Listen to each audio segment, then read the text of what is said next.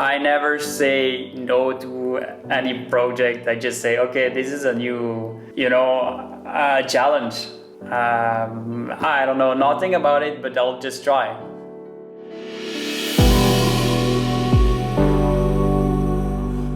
Hey everyone, so welcome to today's episode of the Stills in Motion podcast, a creative business podcast of photographers and filmmakers. So today we're joined by Malou, who is a photographer and filmmaker from Belgium, who's currently based out in Slovakia. His work is incredible. If you haven't come across it before, I highly recommend going and checking him out. He has this really timeless, nostalgic style that is really story driven, and he implements a lot of graphic design and different things into his work. So definitely one to check out. He's worked with people like Visit Faroe Islands, Canon Belgium, TUI, and a load of other big names, and he's definitely an inspirational guy, and I think you're going to get a lot out of today's podcast. Right, so without any further ado, here is today's episode.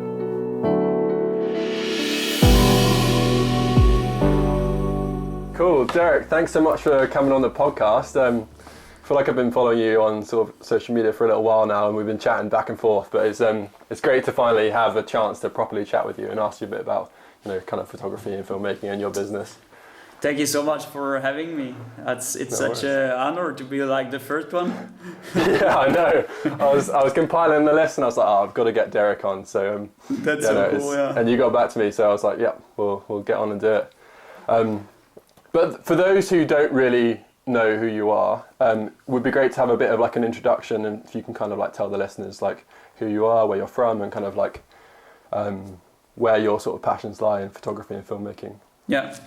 So I'm a Belgian adventure or outdoor travel photography, mainly focused on outdoor, of course, and all the outdoor I would say activities or jobs. That's really what I want to go toward, that part, shepherds, fishermen, hunting, whatever, everything which is involved outdoor and nature. I started as a full-time photographer 3 years ago, something. I don't know if I said already that I'm Belgian, and but now currently living in Slovakia for some different reason. That's another story. Yeah, we'll get to that. Yeah, and so basically that's what I'm doing right now. Awesome. So kind of how did you kind of get into photography and filmmaking? What was that kind of look like? That's also a long story, but to make it short, no, we'll have the long story. Yeah, I grew up in a family. My both parents were working or running a small clothing brand in Belgium and Luxembourg and around, and I grew up completely immersed in this atmosphere.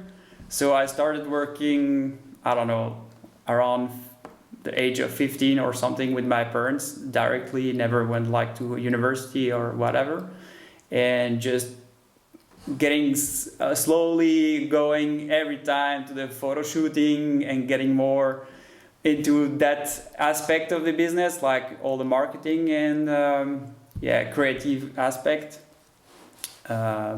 So at the end, I went for taking care of the whole brand identity of that clothing brand, and that's all I started to get into photography, and also taking side clients as a second job, and slightly getting more and more into it, and also I'm very passionate about the outdoors since very young. So that was the two world putting together into photography.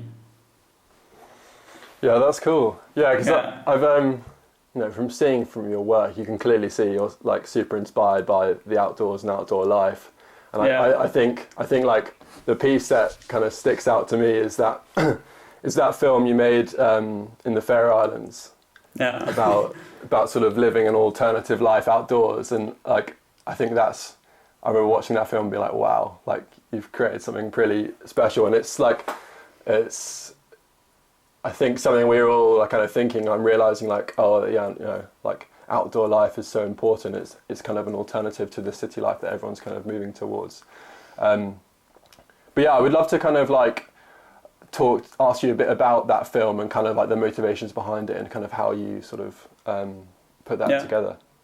Sure, but probably is a bit related also to my own story, coming from the fashion industry to a more outdoor life, or like, especially here now in Slovakia, I'm living far from any big city. Like the closest city for me is 15 minutes, but I have to get there by a 5 kilometers just dirt road, first.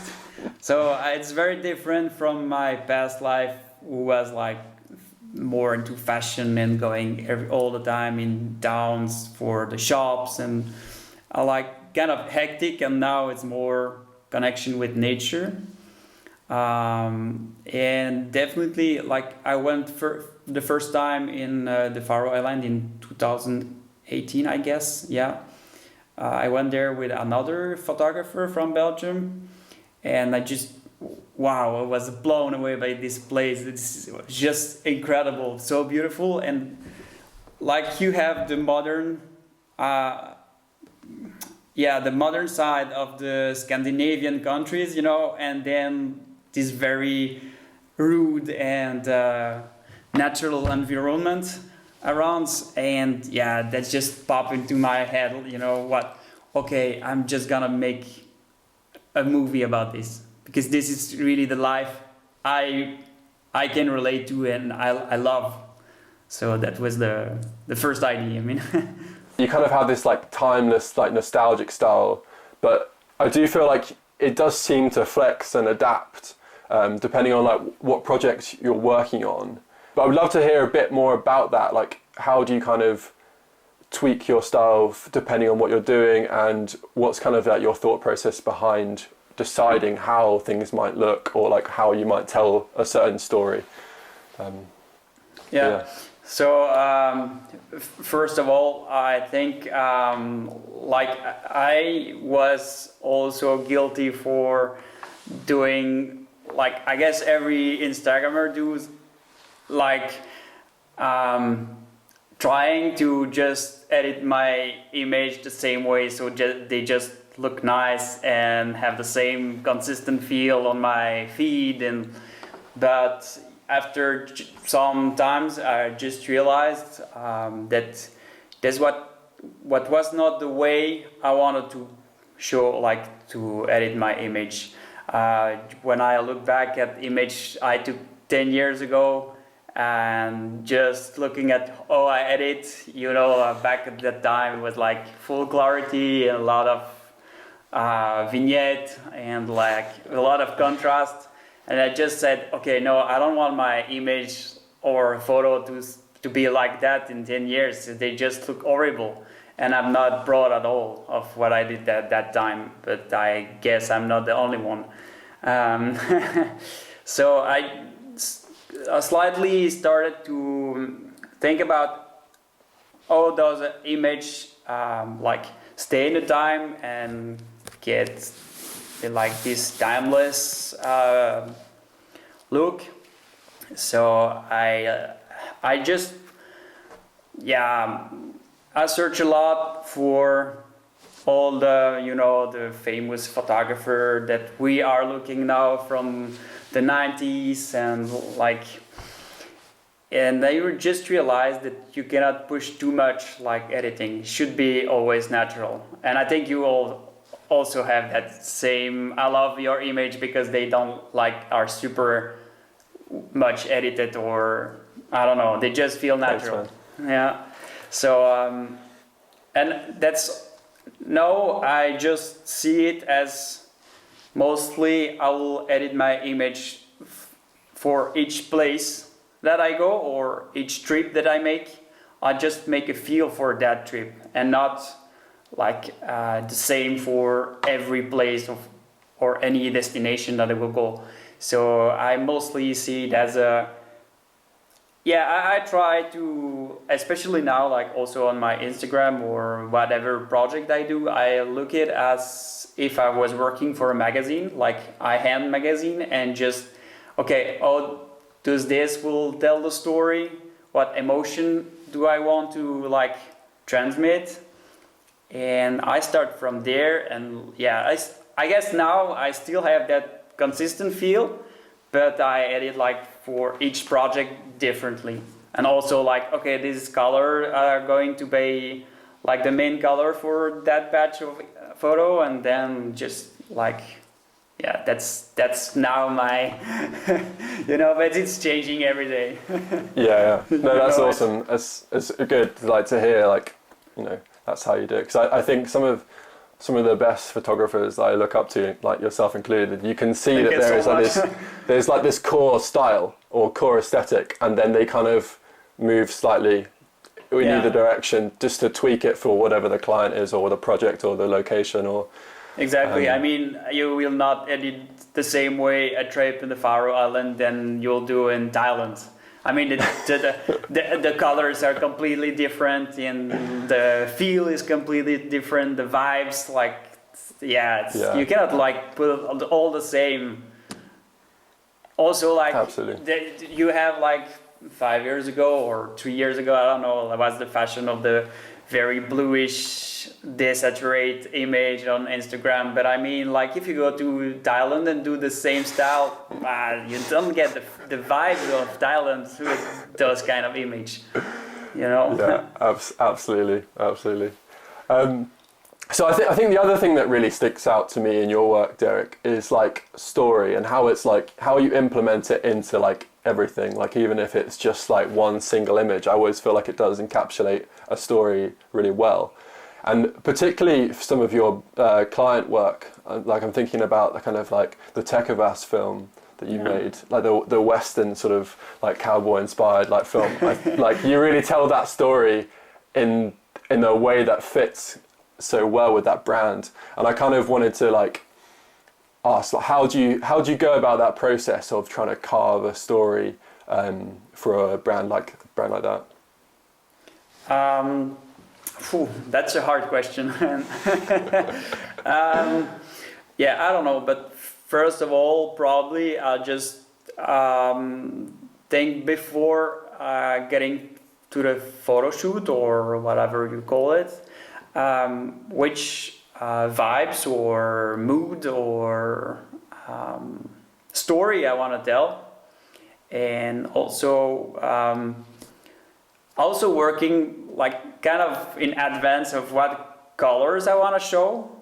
So that's also a big part for me, and more now, and really like trying to say, okay, what kind of emotion I want to give to the people who will watch those photo or film or whatever, and starting from there.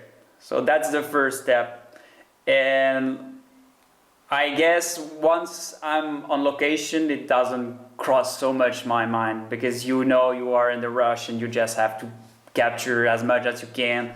But because of the work in like before that, I think it's in me anyway, so I just capture it, and it's there because I'm like, my mind is already like on that mindset. Yeah. So the pre-production, like all the thought that goes in beforehand. Even though like I'm not like the guy who will write down everything, like it will not be very super detailed and okay, I'll do that or that. No, I just want to capture the moment as it comes. But just like the feel is already in my mind in some way. Yeah, okay. So you're trying to get a balance of kind of like thinking beforehand, but also being ready to kind of like react on exactly. Like the storytelling is kind of a bit prepared, but not too much also. But for the rest, like I just capture as it come, and I guess it's also making the story, because I capture it as it happens, so that also make the story. Cool. So sort of as I mentioned before, like creative business is a massive part of this podcast, and I'd kind of love to ask you a bit about. You've kind of touched on it before, how you sort of got into photography and how you started having some side clients, but I would love to kind of hear about how you kind of made that happen. How did you get those side clients, and how did you kind of develop your photography business to what it is now? Yeah, so that's a strange story, because I started taking photo like for my parents' clothing brand, of course. So I was mostly like in fashion photography, if you would call it like this. But then my sister-in-law, like the wife of my brother, she was working in the horse industry, like she was breeding horse. And she asked me, okay, can you make some pictures for me of the horse, because I want to sell some? Or said, yeah, okay, no problem, I'll try. I never did, but I mean, why not? So I just started and took some image for her, and then she was happy. And then a few clients of hers asked me also to take a photo of their horse, and I just started to have a few clients like that. And it happens that those people also have business on the side, so they said, okay, you can maybe try also for my business, take some photos. I said, okay, no problem. And that's how it started, like small job, not big gigs, but just having some side money. And then, just worked like that for a few years. Then when my parents decided to stop like the brand or the company, I said, okay, now I'll go full-time for photography and videography. So that's how things started to work. That's cool. Yeah, I feel like word of mouth and like those connections in the beginning are really kind of like the way you kind of get going, aren't they? It's like, you know, you did something for someone and then like they recommend you to someone else, and it's very important. But like, I think it's the best way, probably. Yeah. Yeah, I think so in the beginning. But like now, where are sort of most of your clients like coming from? Like I've seen you've done some work for Visit Fair Islands and done some stuff recently for Canon Belgium. Like, are those where are those people kind of coming to you from? Is it on Instagram, or is it through word of mouth still, or are you kind of reaching out to them? Yeah, I guess it's a bit of all. So I'm working, for example, with Canon Belgium since almost 3 years now, 3 years. So that's a long-term collaboration. I'm just working all the time with them. So that's cool, because you know, when you start to have a client and you can work all the time, you build a trust relationship, and you know what they want, they know what you can do, and that's really cool. But like, to answer your question, I reach out to a lot of brands still. I'm still doing it a lot. I'm not a very technical guy, or I don't pitch them so well, I guess. Compared to other people, I see that I'm just like, wow, this is so nice with pitching decks and whatever. I'm just like, wow, I never, sometimes do it, but it's mostly, and I think that for me, that which worked best is a strong portfolio. So I'm always pushing my portfolio, also like working for free sometimes, or doing like some projects just for myself, but just to build my portfolio. And I think like it's mostly people don't care too much about their portfolio and work more on pitching deck or whatever. But at the end, the brand, they will just see what you can do, so what you already have done. So I'm just mostly sending my portfolio and saying, hey, I can work for you maybe, and okay, maybe they will just reply, we don't need any photographer for now, but they will just stick in their head, you know, and maybe 1 year later they'll come back and say, okay, maybe we have a project for you. So you never know. So it's never a waste of time to reach the brand and just saying that you exist in some way. Yeah. But making them aware of you, I guess. Exactly. Yeah. No, So that's cool. yeah, and I mean also like a lot of word of mouth. You know, you working with a brand, and then the competitor, they also are looking at what their competitors are doing, so they just say, okay, it's working with, okay, maybe we should also, it's cool, maybe we should try also. So that's really interesting, and it's cool you sort of touch on like the portfolio and like how you build your portfolio, because I feel like just from looking at your work, you have such a versatile portfolio. Like you've kind of got your outdoor things, you've got your sort of country life. Sorry, excuse me.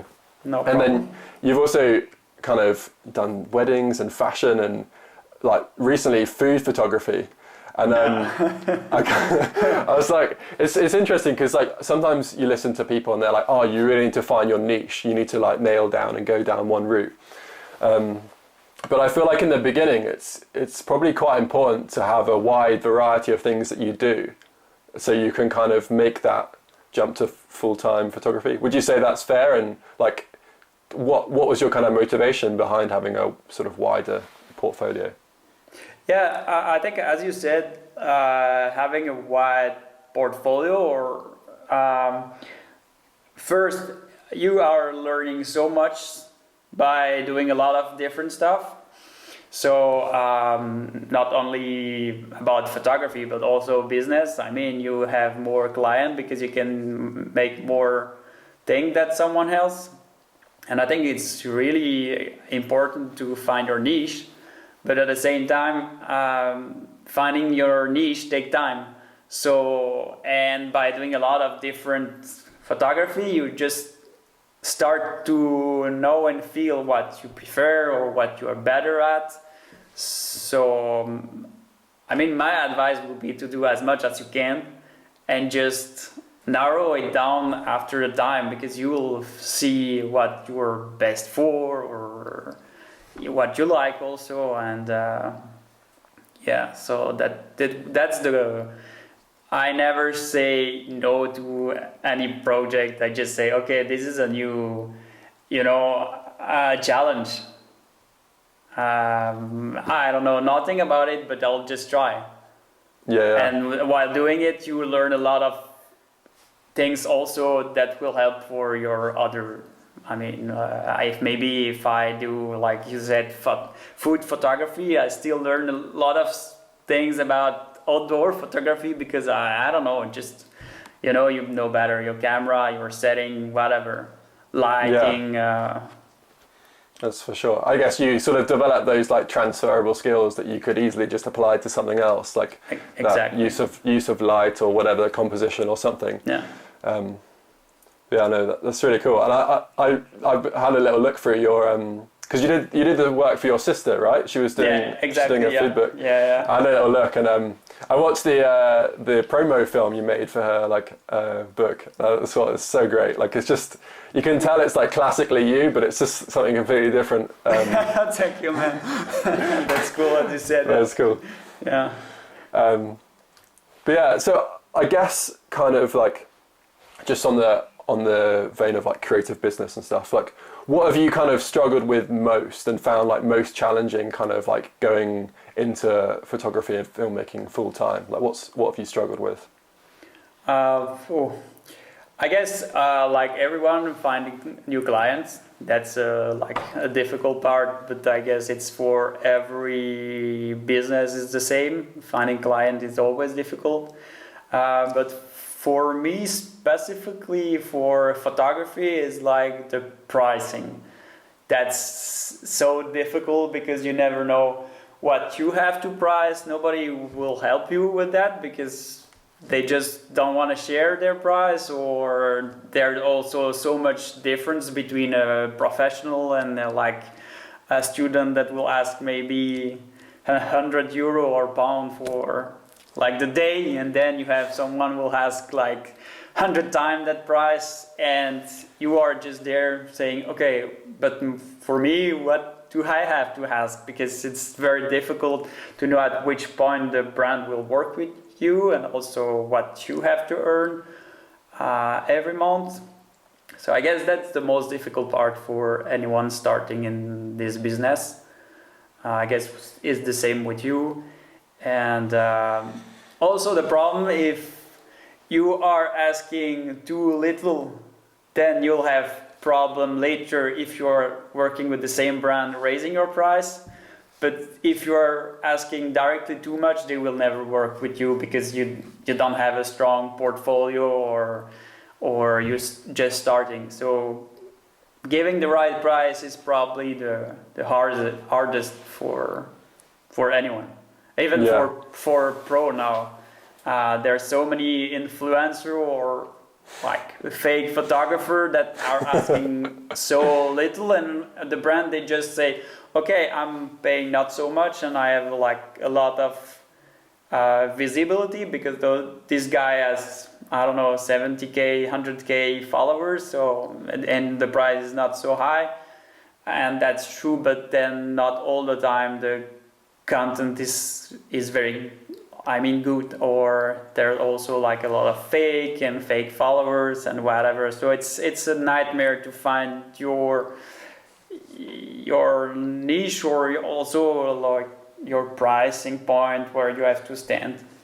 Yeah, that's really interesting. I would agree with you on all of that, basically.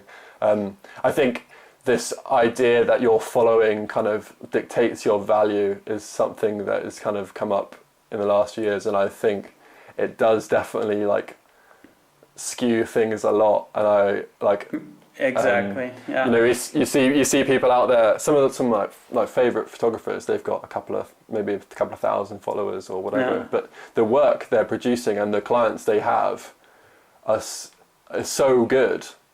But then like equally, there's people out there that have got, you know, millions of followers, and the content is, you know. I know. But they're working with the same, you know what I mean? But the level of work, and they're probably charging more, but the level of work is lower. So it's a strange dilemma, and one that is definitely difficult to navigate. But I just wanted to ask, like, what kind of techniques have you found to kind of like come past that? Like, how have you kind of worked out your approach when a client comes back to you and they're like, okay, we want this, and can you provide us a quote? Like, what's your kind of like technique with figuring out how much you're going to charge? We don't have to go into the specifics, but kind of just like broadly, like how do you think about those kind of things? It's difficult, man.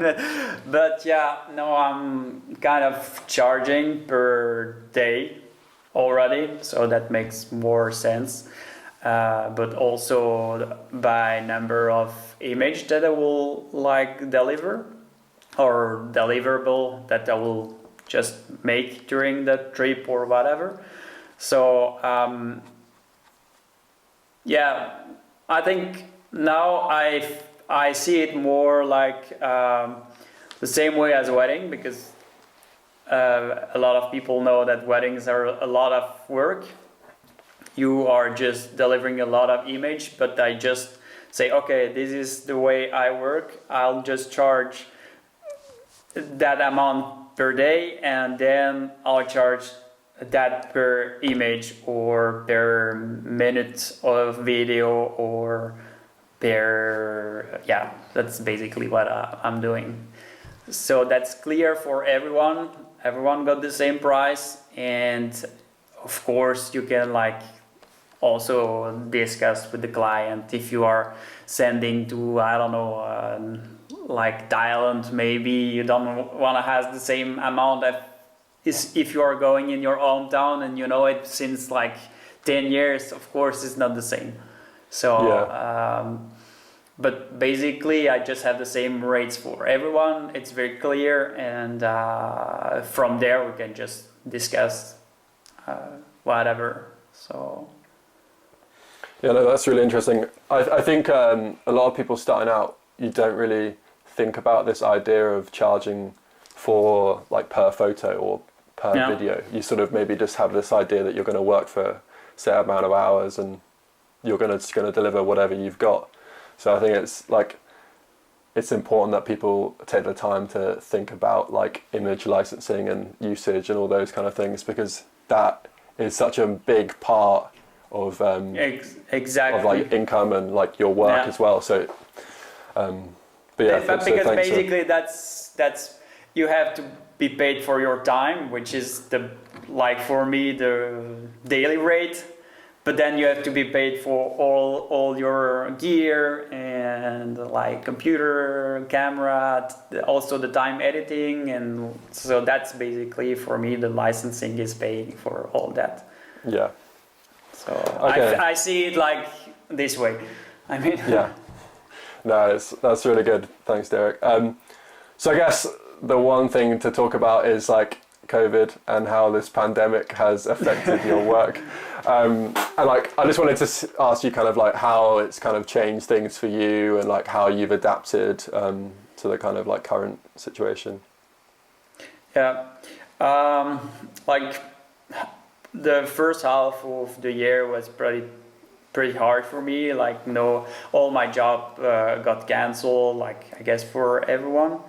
I had few like cool trip upcoming, but all was cancelled. So I was just sitting home and saying, okay, I'll just not have any money this year. And it was, I mean, very hard for the first months. But then I started to work again, like graphic design and web design, which I was doing in the past a lot. And just starting slowly, because like I almost stopped for 2 years, so no client anymore. And yeah, I had a lot of luck because I just got a few clients and I could just start again, just having some work, giving some energy and enthusiasm to just go forward. And yeah, then I got a few projects in this summer, which was cool also. But yeah, I had completely to change from, I was full-time photography and now I'm back a bit more into like graphic design, but it's cool also. I got more time also for myself to get more creative and think about all that stuff. And yeah. Yeah, no, that's cool. I think like, if anything, this like year has really taught me, and by the sounds of it, you, it's very important to have such a like quite a wide range of income streams, like have quite a few different things that you could potentially do, because you never know what things might go well, what things might dry up. Exactly. Things like that. But just want to touch on a couple of things that you mentioned there about sort of graphic design, and like, I think, just from seeing your work, particularly on Instagram, you can really see like how you implement that into your work, and I really think that makes you stand out a lot. And some of it's really creative. Like I remember seeing you did a series in Switzerland. Yeah. I think it was the Matterhorn series, and you implemented some graphic design, like a train and a load of like cool things, and I was like, wow, like Derek, that's just blown my mind. Like I don't see anything like that on Instagram. Thanks. So yeah, it's really cool. Probably maybe not really a question, but I think that's really cool, and like it definitely brings a unique likeness to you, like your aesthetic, and like but yeah, I really enjoy it. Thanks so much. I really appreciate that. That's okay. But yeah, so you did some work recently with Canon in Austria, I saw. Yeah, exactly. Were you testing out the new R5 and R6? Exactly, yeah. That was so cool. Yeah, that sounds like a pretty cool project.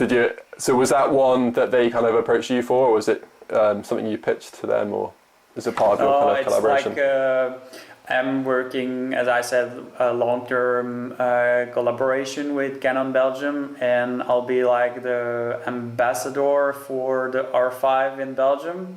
Whoa. So that's really cool. I'm very proud to be like having the trust of Canon. So that's something really cool. That's amazing. Congrats. Yeah, thanks so much. And we were there with my friend, which is also Canon ambassador for the R6. and we just went there for testing out the new camera and waiting for ours to come, but takes a long time, but we are so excited now. The camera are amazing, and we had such luck with the weather there. We were just before the lockdown, because the day after we came back home, Austria was in lockdown and you cannot like go to hotels or whatever. So we were like super lucky with that. I just wanted to ask one more question before we go. Do you have any advice for people kind of starting out in photography and filmmaking and looking to kind of make it into a full-time job? I guess the first advice will be like to not care too much about likes and Instagram in general.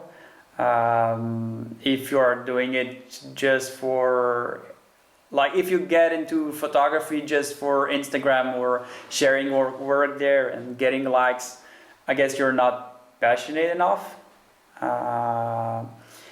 For me, I think Instagram will die any day soon, or maybe later, I don't know, but if you're just doing it for Instagram, then it's not the good reason. So that's one thing. And then, as we were talking before, I think you have to try a lot of different things, because you'll learn a lot. Also, you'll understand what you like to do and what you're good at. And anyway, you will find your way somehow, and getting there, people will realize you're talented, and you will see your work. And if you're passionate anyway, it's not work, so that's the best point. Yeah, awesome. Thanks so much, Derek. I appreciate you coming on and giving some words of wisdom to the listeners, and all the best, and hopefully catch you sometime. Thank you so much for having me. No worries. All right, cheers, man. Okay, bye-bye. Cheers, thanks a lot. Right, so that's going to do it for today's episode. Big thanks to Derek for coming along and chatting to me today. I hope you found that inspirational and got some good advice from that. If you'd like to see more of Derek's work, you can see him on Instagram. It's @d_Malou, or you can find him on his website, which is dmalou.com. Thank you very much for listening, and be sure to subscribe either on your podcast app or on YouTube if you're watching it here. And I'll see you in the next episode.